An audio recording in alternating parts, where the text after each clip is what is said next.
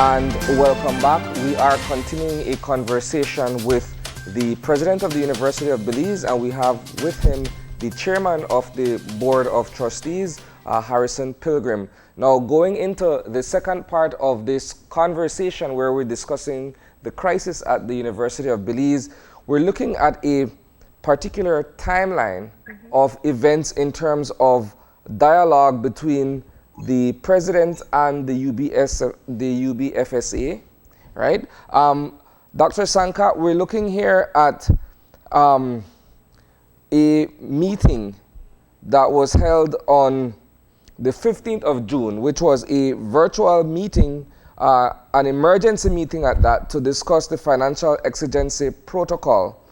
And when I'm looking at this particular timeline that has been provided to us, we're seeing that on the 17th of June, which is 2 days after that meeting was held, they are saying there's a contention here that you refuse to activate an established protocol that has to do with financial exigencies at the UB. Can you provide some clarity for us on that? Yes. So I got advice on this matter. And you have to recognize that the university was created in 2000, and it has a staff handbook that is dated, I think it was 2004.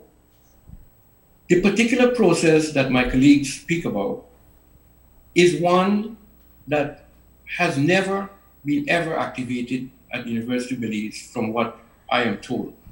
In fact, when it was brought to my attention, I didn't even know about this thing called financial exigency. And so I had to consult.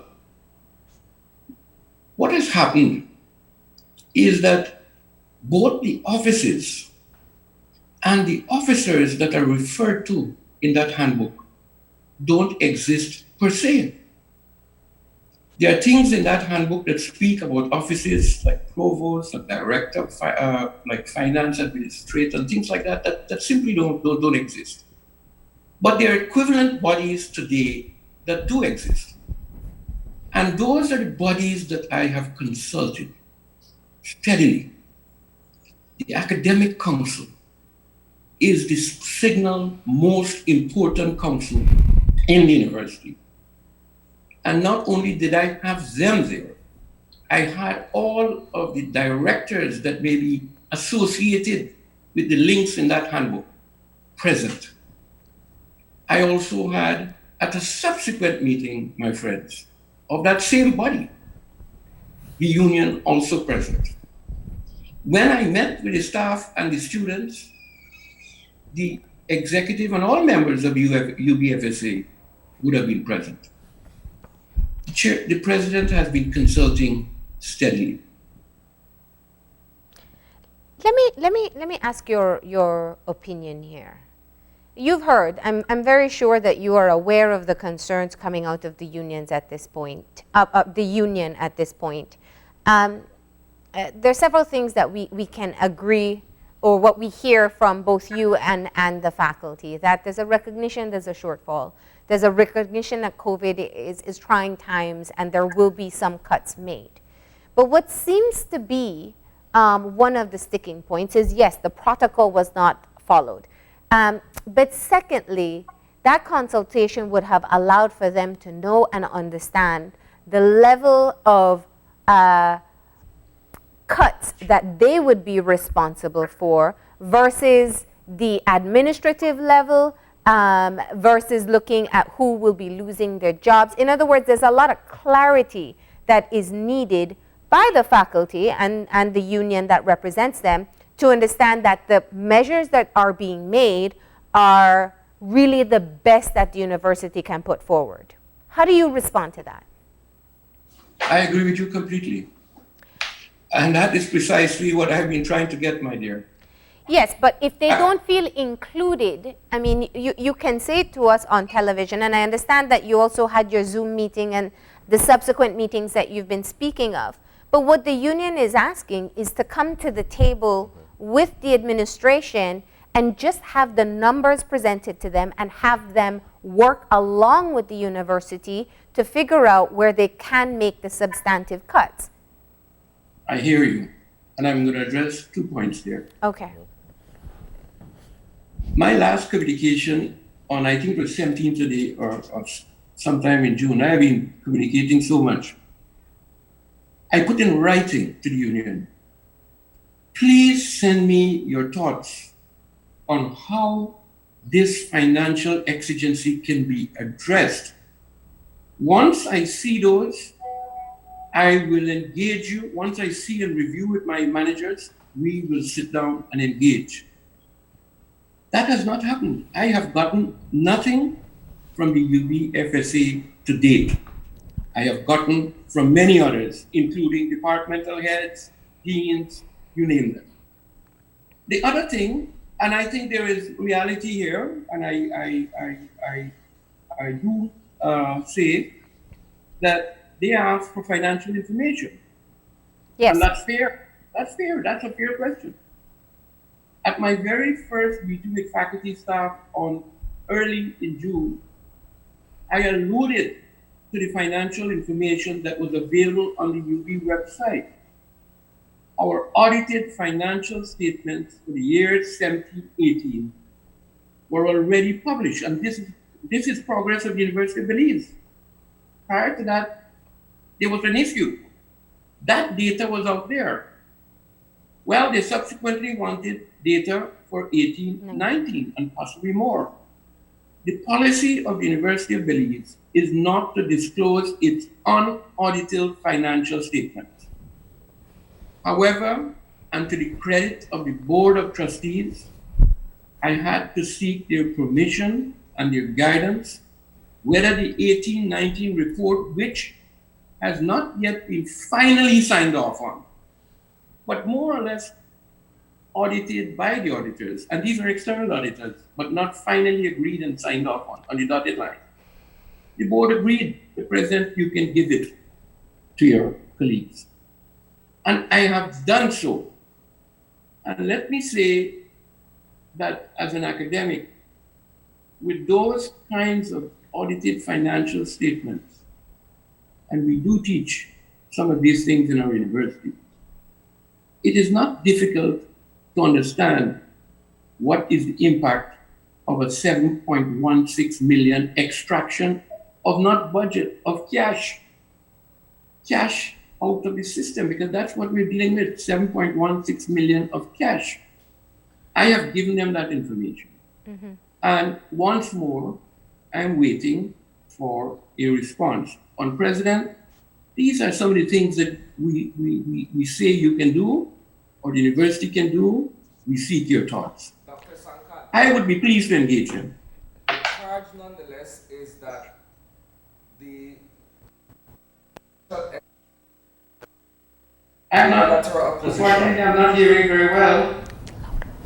the charge, the position being taken by the UBFSU nonetheless is that this was a unilateral position that was taken in respect of the financial exigency, and this is the result of a special board meeting that was held on the 18th. Can you speak to that as well?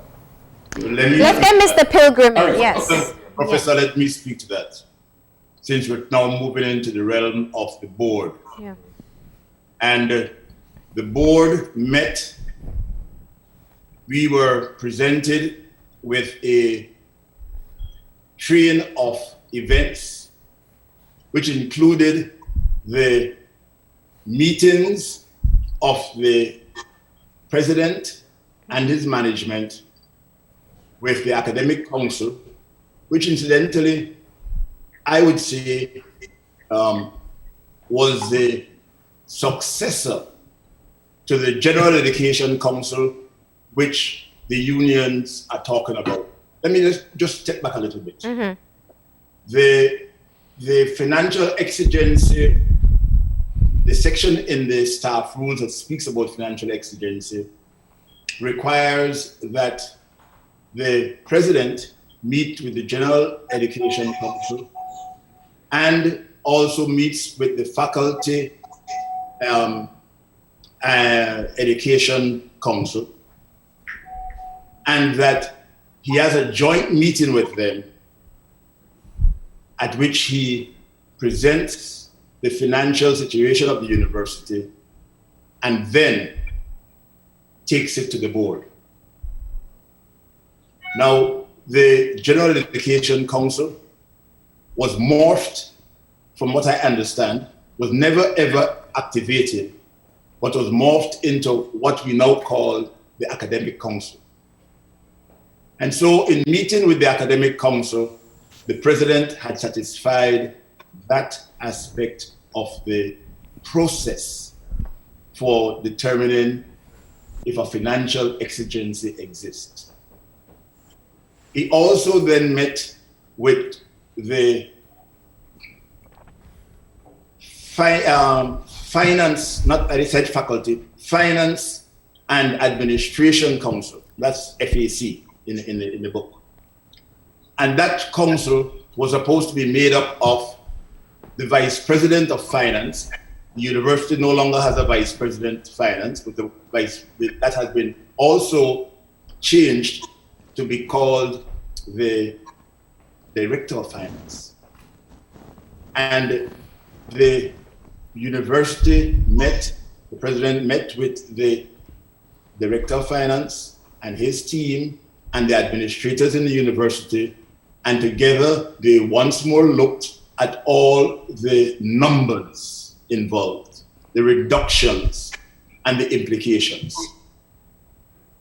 In our mind, when the president came to the board, he had satisfied the key components of that process, which had been established 20 years or 18 years ago, but had never ever been called upon.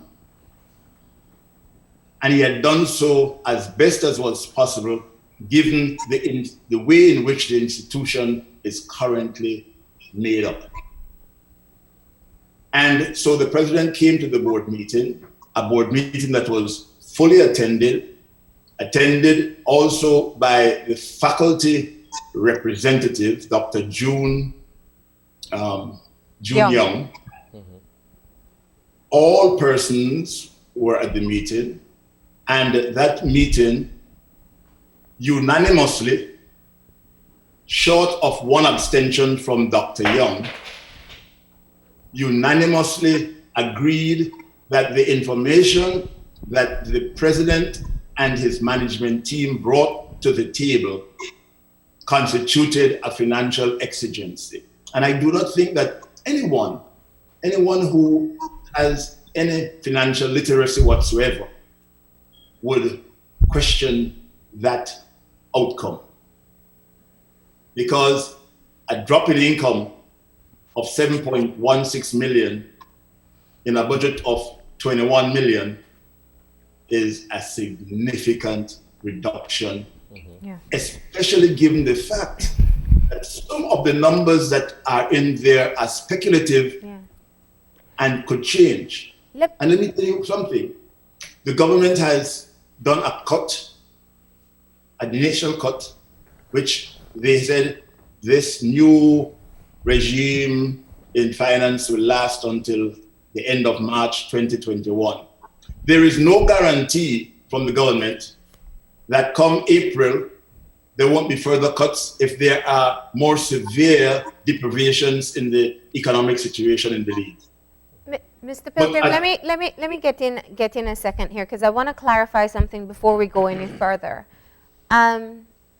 Dr. Young has spoken out, and in fact, one of the issues that the union has been very vocal about, they had a press conference on Friday, is that you're not recognizing Dr. Young as the representative on the board. And in fact, when she did attend that meeting, you said she abstained from voting, but what she communicated at that press conference was that she was given observer status. Mm-hmm. No, let's make sure that we are understanding the chain of events. I'm talking about the board meeting.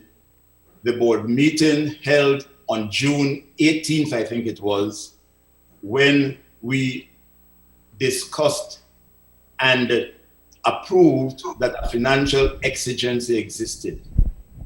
And we then said to the president, please go back to your management team, to your faculties and staff, and bring back to us within 2 weeks recommendations of how we can address this financial exigency.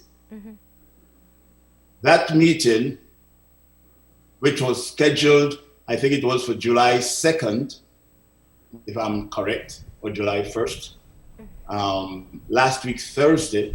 On Wednesday, we were informed by the ministry that Dr. June Young's tenure had ended the 28th of February.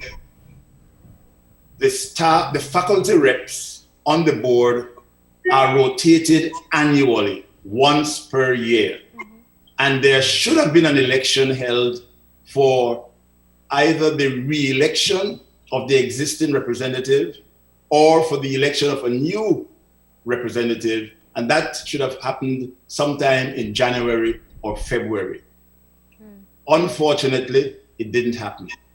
It's curious that the ministry would issue that notice before a board meeting in the midst of a pandemic when we're trying to sort out a way forward with everything. I mean, you can, any person can be cynical of a situation like that because there are bigger issues to be dealt with. So going back to it, what I hear from the unions is that they want to be recognized as the body that will negotiate on behalf of their members with management, with the board, about how you will deal with this financial crisis that now exists. Let's move it forward a bit. The expectation is that there'll be salary cuts. I think Professor Sankat clearly laid out the heavy burden of personal emoluments that the university has to pay out on a monthly basis. Now, when we're talking about cuts, in fact, this was a huge topic of conversation when we were talking about PUC, PSU, and the government at one point in time. People want to be clear that they're not being taken advantage of, that they're not being the ones who have to take the heavy burden of the cuts while others may be able to get away in a more comfortable position. So you can then understand why the unions want to be represented, and in fact, you know, some may argue need to be represented when decisions like these are being made. How do you respond to that? The way in which the university's board is composed is that the university has constituents that send representatives to the board. And when this was being designed, there was no union that was in place at that time. Now, let me cut straight to the chase. Yes. You have mentioned that the union wants the university to recognize it. And I'm sure that you're aware, and the wider public is aware, that there's a process for unions to be recognized as the main negotiator for a particular group of employees at a workplace. And that is something that is done through the Ministry of Labor. The university doesn't appoint unions. The university doesn't recognize unions as initially.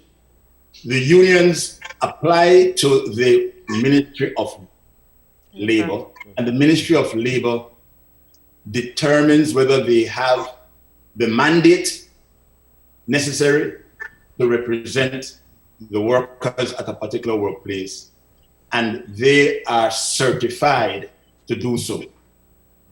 This is a written document, a certification, which they then present to the employer, and the employer is duty bound by law to treat with that entity, with that union, in relation to the block of employees that the Ministry of Labor has identified that the union represents. In February of this year, the ministry advised us that they shall proceed to certify the union. And a day later, they wrote and they invited us to a certification ceremony for the union. We're not opposed to working with the union. As a matter of fact, it makes for easier communication. You deal with one organization, one block, and that's it. Let me ask a follow-up. On the day, the certification was supposed to take place on the 26th. And on the 25th, we got another letter telling us that that certification ceremony had been canceled. We have heard nothing more Cancelled or postponed? What reason was given? No reason. I said it was a terse letter from the ministry saying, and we don't know their internal workings, saying that the certification that should take place tomorrow has been postponed. Postponed. We have not postponed. Okay. We have not since then received any. Just let me finish this thing. Yeah. But I think it's important for us to understand where the university is. Yeah. We have not received any further communication either from the ministry in relation to certification, nor from the union. And we have been waiting for the union to present its letters of certification so that we could enter into memorandums of understanding, because that is how I understand things happen, between unions and employer to determine when they can have meetings, how they can go about communicating, what is their registered address, and all those kinds of things have to be in a mutual exchange. And we have prepared our side of that memorandum, waiting for the union to bring their certification. So the result of that, if I may, the result of them not being certified at this point, Having a ceremony. you don't acknowledge the union as a negotiating body because of that? Yes, because if we did other than that, we would be going ultra vires. We would not be following the letter of the law. So while we did that, we nevertheless embraced them. They are our faculty people. And so we have invited them, even though they have not brought the certification and we have not had that initial meeting where we decide on how we go forward, how we operate together. We haven't had that meeting. But Something let me is just not quite get some clear. clarification here. You said the letter indicated, your invitation letter to that certification ceremony indicated that in fact the union would be certified and had met the criteria, and essentially that was the formal event to say the union exists and you'd move forward from there. Correction. In that same letter, we were told that evidence of certification will come in the form of will come under the signature of the president of the tripartite body. That is what that letter also spoke to. So the Ministry of Labor... Without that document, Yes. for instance, Marlene, many persons study law.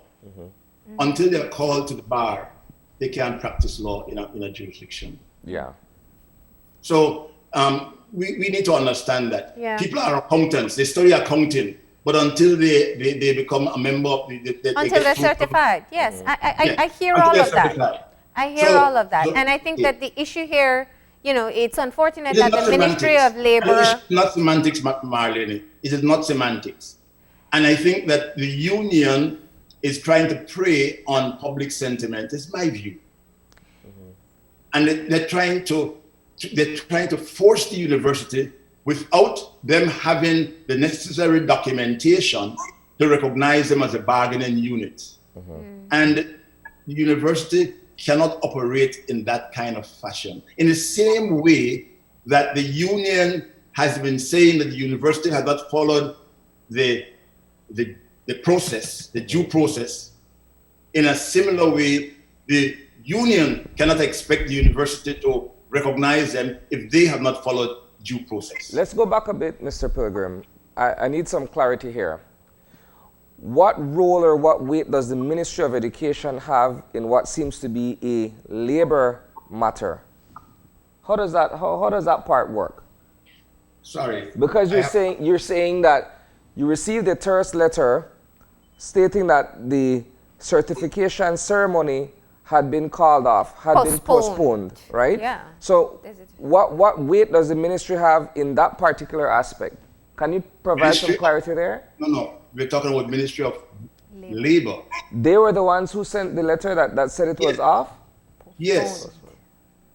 They were the ones Ministry of Labor, Uh-huh. or to be more specific, I think it was from the Ministry of Labor that the letter came saying that the ceremony was off. And in fact, I'd like to go a little further. We have actually sought legal counsel on the matter because we don't want to be buffeted on the one hand doing something and then another group said, but you shouldn't have done that because you know that this group wasn't really legally empowered to represent us. So we have to ride the middle of the road in a proper way. And so we got legal counsel that said, based upon the evidence that we currently have, the correspondence before us, and the situation as it exists, that we should continue to dialogue with the UBFSU, which we have done, and which we would want to continue doing even this afternoon. I've invited them to a finance committee meeting this afternoon. They haven't responded as yet. And we continue to have dialogue with them, but we cannot recognize them as the sole bargaining unit for the employees. Let me ask another question here. And I do not know that many of the employees at the university have seen them as a sole bargaining unit. I do not know that because they have not presented anything to us to say, here is our membership. Yeah. Let me ask another question here, Mr. Pilgrim, and I may be going in a different direction, but that's okay. At the end of the day, we're looking at cuts in salaries and what have you for members of staff. The question is, at the senior management level, are there also cuts being taken there, which is equivalent to what the teachers and the other members of staff would be experiencing? I expect to cut, that the board is going to receive and accept a recommendation to cut all staff salaries somewhat. And we certainly are looking at the critical numbers in relation to the most highly paid members of staff as well, to see how cuts in that, maybe even in excess of what is made for cuts for other persons, how that will impact on the university. This is a crisis and we have to be able to face it fairly and squarely. And I don't think that any member of the board, and the board does include a representative from the National Trade Union Congress, and I don't think any of us would want to disadvantage our people.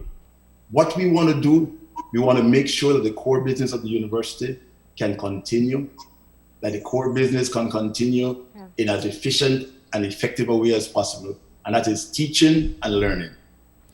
We also are concerned about not only our students, and you have heard Professor Sankat say how well we have tried to accommodate students so that there continues to be access to the university.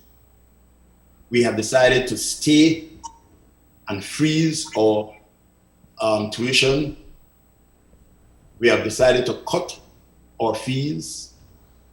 We have decided, as Marlene has pointed out, we have decided to reduce the amount that people have to pay when they first register. All of that has been done. But on the other side, we have our faculty and staff.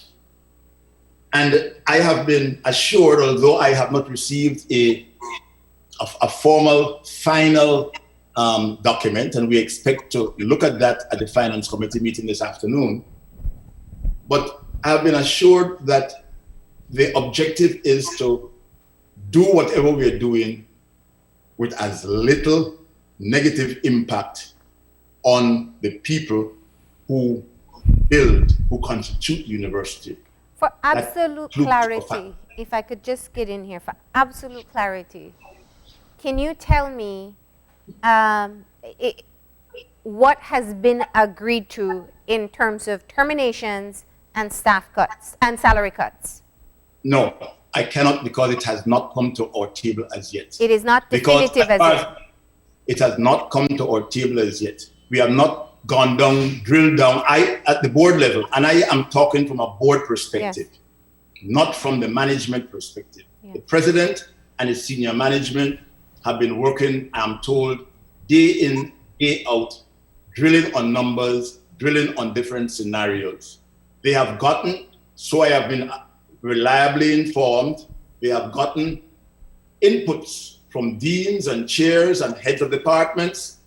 They have gotten no input whatsoever, so I'm told, directly from the faculty and staff union. We are hoping that if the union comes to our meeting, and I hope they are hearing this program this morning, we are hoping that they come to our meeting and are prepared to make some suggestions, at least in principle, as to what kinds of things must happen. It is at these meetings that things happen. You know, the social media maligning and all the noise there doesn't make decisions. Decisions get made around the table. Yeah. And we want to invite the university staff and faculty union to come to the table. We have told them the first portion of our meeting has been reserved for them to make any presentations that they would like to make. Mm-hmm.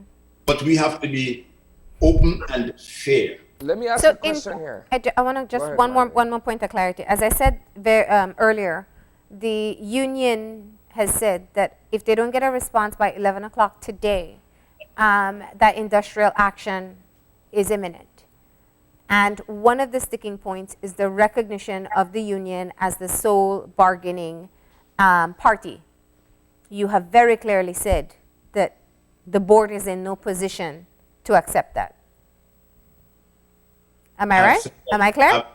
I've said that the board will be happy to recognize any union that brings the formal certificate, presents that, and sits with management to hammer out the working arrangements as unions do with employers.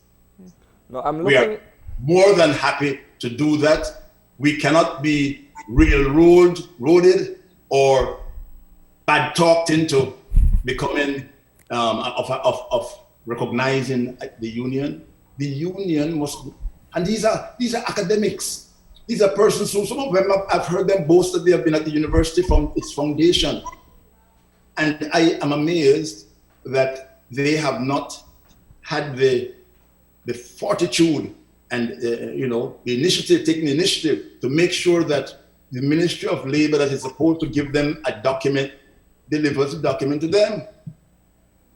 That's as simple as that. But I'm looking at a letter that was written to you on July 1st, where the first line of that letter, they are saying that, one, they are certified and recognized, and they're citing Chapter 304 of the laws of Belize that suggests or clearly puts it that they are a legally composed body. Sorry, a letter written to who? It says here, July 1st, 2020, Harrison Pilgrim, Chairman of the Board of Trustees. I received such a letter. You haven't received that letter? I have not received such a letter. Okay. I have not received any letter from the ministry in July. The last correspondence we had from the ministry was on the 25th of February. It's not from the ministry. This is a letter that was written by Piyosaki and Christopher Deshield. This was a letter written to you on July 1st, not from the ministry. It's from the UBFSU. Thank you. So, am I to take it that you attend doctors who tell you I'm a doctor, or you go to doctors that for whom you see the certificate on the wall? Mm-hmm. Mm-hmm. That's a fair enough point. That's a fair enough point. I don't know. I mean, this is a legal issue at the end of the day, and I hear very clearly how you were speaking. You said you got legal counsel on this. Essentially, there was a paper or a ceremony that was to be held to formalize what is already agreed to. It was postponed, not by the union, not by the university, but by the Ministry of Labor, and that postponement has led us to where we are today. No one predicted the pandemic. No one knew that there would be this dire situation where negotiation would have to take place. And unfortunately, because of that postponement that took place earlier in the year, you are now in a situation where you feel that you cannot recognize the union because one formal ceremony did not take place. However, and I want to switch back, can I just, because we're running out of time so quickly, I want to get to Professor Sankat, because from a leadership standpoint, Professor Sankat, you're heading into what will be the most challenging year, I'm sure. And one of the worst situations to be in is where you have a disjointed family unit. You know, you work along with your team, your faculty and staff, to offer what should be the best that you can to the students. However, this impasse is very critical. I mean, from what we're hearing from the union, they are very much set on what they're asking for. From your leadership standpoint, how do you see yourself being able to move forward when you won't have your faculty and staff showing you support? Well, there's only one way to do this, and it's through engagement and communication and dialogue. And my door is open. I have asked for them to meet with me, send me your thoughts. We consider them, we meet. The chairman has restated that there was a meeting of the board subcommittee this afternoon, and the UBFSA has been invited formally. I think he responded to them in that letter that was quoted. I also wanted to say to you that there's some unfortunate things happened, and I want to say how sorry I was with what happened to Dr. Junior at the board meeting. In terms of getting the communication that she was not on the board. But I want to emphasize that despite getting the communication that she was no longer a member of the board, both the president and the chairman invited her to the meeting because we felt it was important, and it is important, to have our faculty and staff representative on the board. Always, but even more importantly, on crucial matters that we're facing. So Dr. Young, I'm really sorry what happened there. It was not our doing, but it was our recommendation, and certainly the president can say this, that you be invited to the board meeting last week. And my hope is that while we sort this out, that you can still, with the permission of the chair, trust me, the board is not my business, that you could still be there until a new rep is instituted, because we're dealing with crucial issues. So yes, I am open for any meeting with the UBFSA. We have always showed them that level of cordiality and respect, and that will continue. I need their inputs like I need the inputs of everyone before I can make a recommendation to the board. However, time is not on our side. As you rightly say, we are not only bleeding financially, but we have a university of people, including our students, to deliver our services to. We're doing that right now, and we have a big year coming up. I am open to any meeting. Okay. Well, we appreciate both you as the president and the chairman of the board addressing some of the concerns that we have heard play out through the media and the press conference by the union. You know, it is in all of our interest that the situation be sorted out in the most amicable way. And as I said, thank you for responding. Thank you very, very much. All right. Take care and stay safe. Thank you, Chair. Bye-bye to all. Have a great morning. All right. And with that, we are going to go ahead and take a break, and we'll be back in a few. Stay tuned.